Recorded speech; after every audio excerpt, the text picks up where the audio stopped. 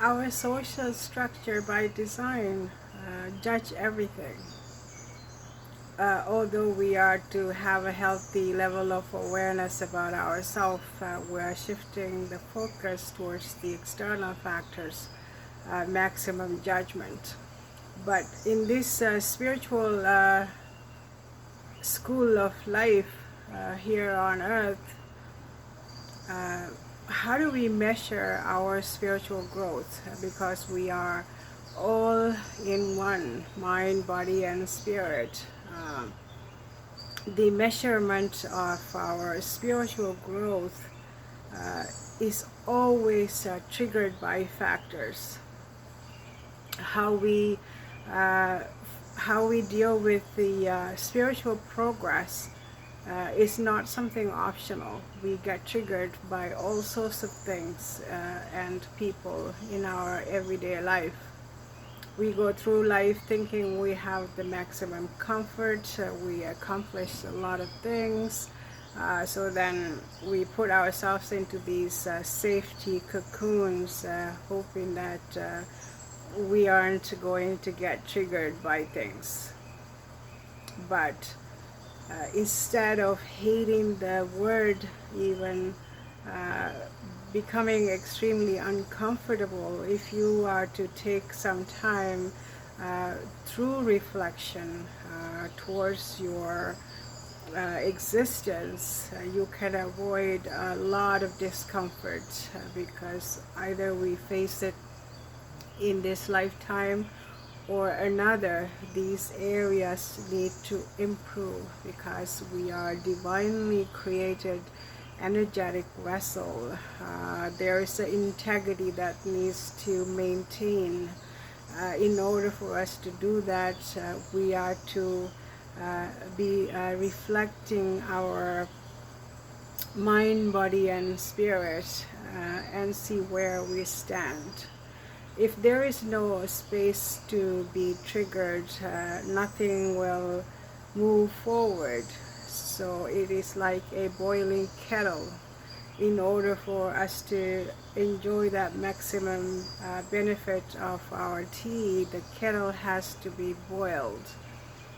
This is the normal progress of our existence within everything in our ecosystem, including myself. I always thought, well, I've done a lot of work, I'm very spiritual, I spend a lot of time doing a lot of healing, I'm relatively good, but I could very easily be triggered by somebody's got loud motorcycle in the middle of the night and waking up, and I could end up crying and extremely uh, uncomfortable.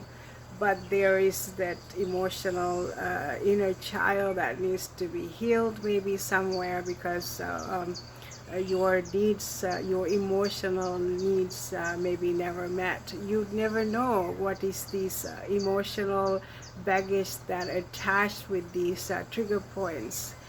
This is why we are to understand our emotional self, healing our inner child, and focusing on maybe liberating some of the ancestral trauma, and understand where these low vibrational emotional baggage is showing up for you to carry forward, whether it's anger, resentment, jealousy, or depression. It doesn't matter, it needs to be resolved, so then you become the healthier version of yourself. We see this within our families. People are extremely reluctant to be triggered because nobody like to answer these difficult questions. They don't like to be exposed of their contribution into another person's trauma. This is how you show up in your personal life. As for the institutions, we always have this social structure. There is a third party to uh, protect you, or a third party there is always looking out for your best interest, because we don't like to be easily triggered, like for example like the family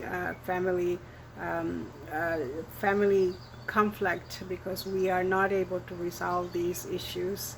The good people lose so much because our inability to address our emotional, egoistical trauma bodies. So then maybe like two parents that love child and maybe fighting for years in a third party system, because we don't like to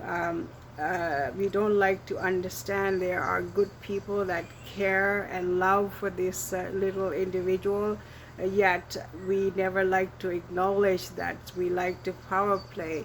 These things are happening all around us. They are just examples.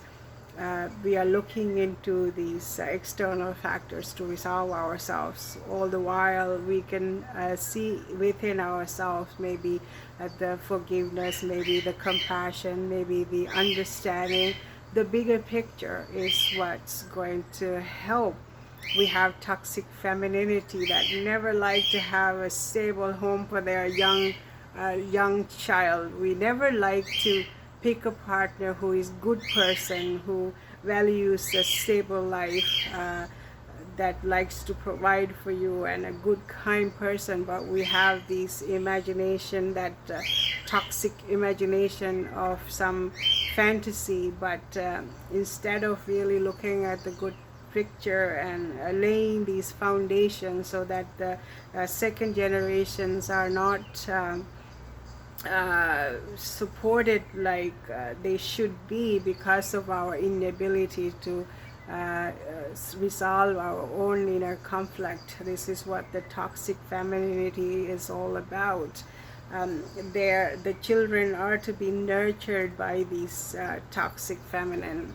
At one point, it would be great if you have a partner who is going to support you, but regardless, the children are to be provided a safe environment to understand these emotional life, spiritual life, so then they can explore more than just survival. People say that, oh, the women are busy working because we have to be part of this economy or contribute. But the bigger questions that you are to ask, why is it economy is so unreachable and is never enough to sustain anything, constantly taking in? These are the questions that we are to ask.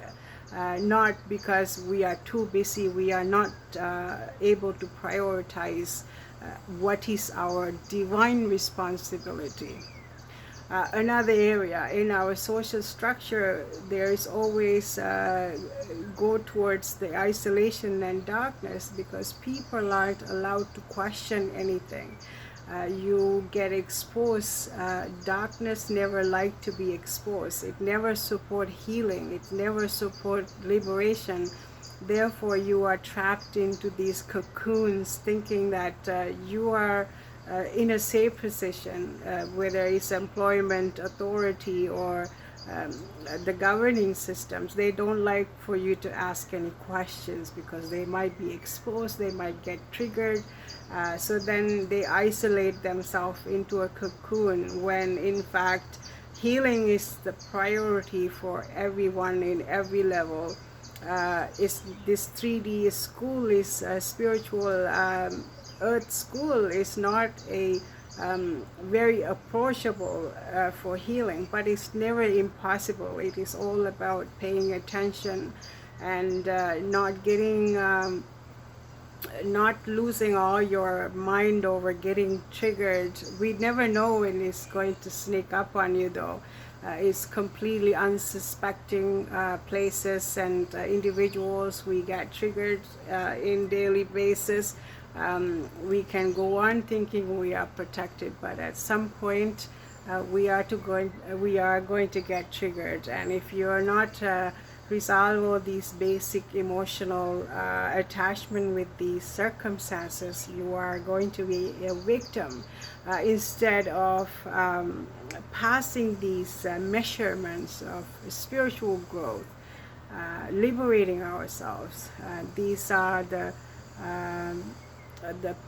trigger points that we are to pay attention instead of it's very hard to do, even for myself, even though instead of hating and trying to destroy these people who have the slightest level of influence and trigger you in any way, we do anything and everything to avoid this. This is why it is more than ever it's important for us to understand the emotional attachment behind these trigger points and liberate ourselves.